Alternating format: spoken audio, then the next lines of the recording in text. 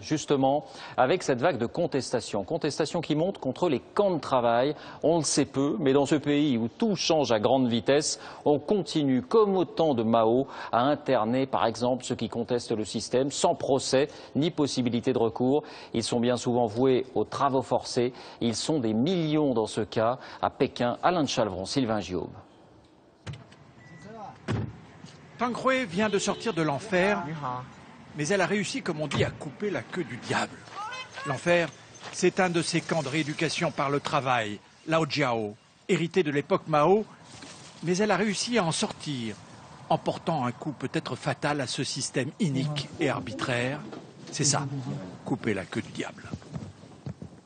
À l'origine du drame de Madame Tang, l'enlèvement de sa fille, de 11 ans, violée et poussée à se prostituer pendant 3 mois. La maman jure de faire condamner les responsables, plutôt protégés. Ces 7 malfaiteurs arrêtés ont de la famille au sein de la police.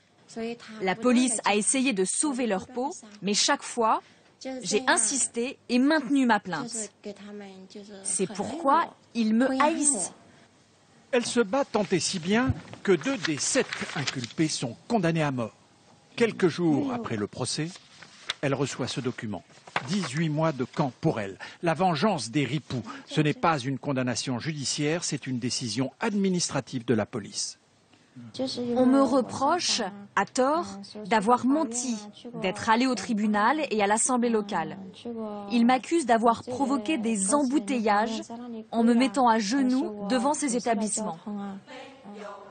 Madame Tang se retrouve donc dans un des 310 Laojiao du pays, obligée de chanter des chants révolutionnaires ou de réciter des classiques, obligée de trimer toute la journée sur des machines à coudre et de subir surtout 1000 vexations.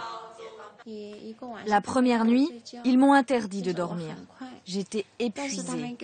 Et le lendemain, on m'a coupé les cheveux de force. J'ai beaucoup pleuré.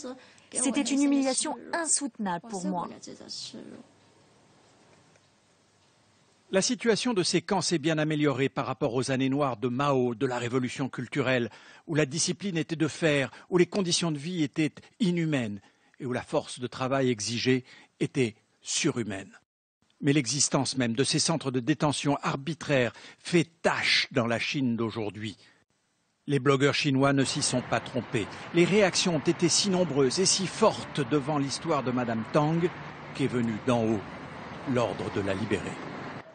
Depuis la libération de Madame Tang, il y a une quinzaine de jours, 4 grandes villes chinoises ont d'ores et déjà décidé de supprimer leur camp de rééducation. Première secousse peut-être qui ébranlera tout l'édifice de l'arbitraire.